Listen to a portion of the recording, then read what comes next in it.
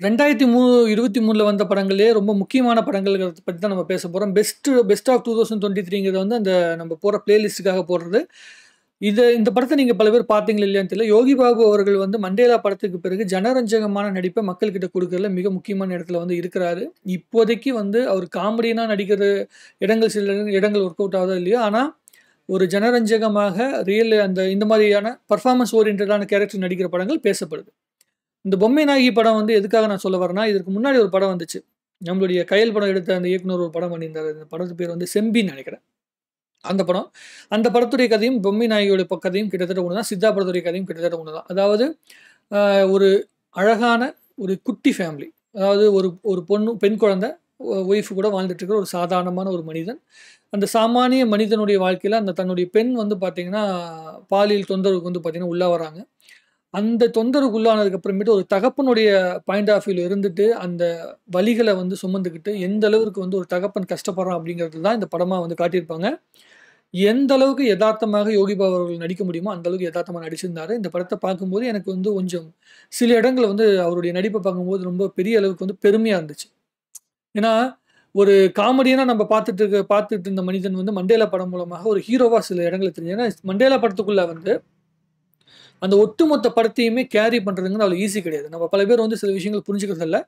நீங்க உங்களுக்கு பிடிச்ச அழகான எவ்வளவோ காமெடியன நீங்க வேணா எடுத்துக்கங்க. ஆனா, அவங்க வந்து ஒரு படம் முழுக்க அவங்கள பார்க்க வைக்கிற அளவுக்கு அவங்களுடைய ஃபேஸ்ல அந்த நடிப்புடைய அழுத்தம் இருக்குதாங்கிறது தான் ரொம்ப முக்கியம். ஏதாவது ஒரு இடத்துல எனக்கு இந்த நடிப்பு வராதுன்னு அவங்க சலனப்பட்டு போயிட்டாங்கன்னா, அது திரையில தெரிஞ்சு போயிரும். ஆனா இந்த படத்துல அந்த தகப்பனா அவர் நடிச்சிருக்கிற விஷயம், "பாரத மாதான்னா யாரும்மா?" அப்படின்னு சொல்லி கேட்கும்போது, "நான் தான்ப்பா" அப்படின்னு சொல்லி அந்த பொண்ணு சிரிச்சுட்டே சொல்ற விஷயம். அதுக்கு வந்து யோகி பாபு குடுக்குற அந்த சந்தோஷமான ரியாக்ஷன், தன்னுடைய ஒய்ஃப் கிட்ட அவங்க பேசும்போது இருக்கிற அந்த அந்யோன்யம்லாம் ரொம்ப அழகா இருந்துச்சு. ரொம்ப புடிச்சிருந்துச்சு. எனக்கு இந்த படம் வந்து ரொம்ப ரொம்ப புடிச்சிருந்துச்சு. இந்த மாதிரியான லோ பட்ஜெட்ல வர படங்களுக்கு நம்ம ஒரு ஸ்பேஸ குடுக்கணும். நான் வந்து உடனே 100 கோடி குடுங்க, 200 கோடி குடுங்கன்னுலாம் நான் கேட்கல. ஒரு 10 கோடி போட்டு, ஒரு 5 கோடி போட்டு படம் எடுக்குறாங்க அப்டின்னா, அவங்க கிட்ட ஒரு 15 கோடி, 20 கோடி கலெக்ஷன் குடுக்குற அளவுக்கு குடுக்கலாம். நம்ப அந்த படத்துக்கு ஒரு வரவேற்பு குடுக்கலாம். சில பேர் இந்த படத்த பார்க்காம இருந்திருப்பீங்கன்னா, தயவு செஞ்சு இந்த படத்த வந்து ஒரு வாட்டி பாருங்க. இந்த இயக்குனர்களுக்கெல்லாம் வாய்ப்புகள் கிடைக்கணும். அவங்க வந்து பெரிய இடத்துக்கு வந்து வாழ்க்கையில போணும். இந்த இயக்குனர் பேர்லாம் லிஸ்ட்டெல்லாம் நோட் பண்ணிட்டு பேசல. இந்த பொம்மை நாயகி படம் எடுத்த இந்த இயக்குனர்களுக்கு, அந்த டீமுக்கு ஒரு மிகப்பெரிய வாழ்த்துக்கள் சொல்லிக்கிறேன். 2023ல ஒரு நல்ல திரைப்படத்த நீங்க குடுத்துருக்கீங்க. அதுக்காக நான் மிகப்பெரிய அளவுக்கு வந்து பெருமைப்படுறேன். தமிழ் சினிமா உங்களால் கண்டிப்பா பெருமைப்படுது.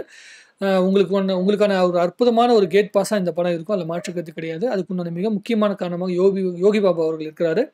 அந்த யோகி பாபுவா யோகி பாபுவோட பெண்ணா நடிச்ச அந்த குழந்தை ரொம்ப அழகா நடிச்சிருப்பாங்க. ரொம்ப அ நேச்சுரலா நடிச்சிருப்பாங்க. நீங்க படம் பாருங்க. உங்களுக்கு இந்த கதை ரொம்ப புரியும். ஒரு தகப்பனுடைய வலி, தன்னுடைய பெண் குழந்தை வந்து ஒரு தவிர்க்க முடியாத ஒரு மிகப்பெரிய ஒரு கஷ்டத்துல வந்து மாட்டிக்கிட்டாங்க அப்படிங்கும்போது, ஒரு விபத்துல மாட்டிக்கிறாங்க. பிசிக்கலா அபியூஸ்ல வந்து மாட்டிக்கிறாங்க அப்படிங்கும்போது, அதிலிருந்து அவன் மீண்டு வர முடியாம எவ்வளவு தடுமாற்றத்துல இருப்பான். அந்த சமூகம் வந்து அவன எப்படி ஹேண்டில் பண்ணுது. அதுவும் வந்து கொஞ்சம் பிற்படுத்தப்பட்ட இடத்துக்குள்ளேருந்து ஒருத்தன் வந்திருக்கான்னா, அவன் எவ்வளவு கஷ்டங்கள் அனுபவிப்பான் அப்படிங்கிற எல்லாத்தையும் யோகி பாபா அவர்களுடைய கேரக்டர் மூலமாக இதுல பேசியிருப்பாங்க. நீங்க தயவு செஞ்சு இந்த படத்த பாருங்க. பார்த்துட்டு இந்த மாரி படங்களுக்கு உங்களுக்கான நேரத்த செலவிடுங்க. கண்டிப்பா உங்களுக்கு ஒரு மிகப்பெரிய என்டர்டெயின்மென்ட் கிடைக்குதோ இல்லையோ, உங்க மனசுக்கு ஒரு மிகப்பெரிய ஒரு நிறைவு கிடைக்கும் அப்படிங்கிறதுல நான் 100% வந்து உங்களுக்கு உத்தரவாதம் குடுக்குறேன்.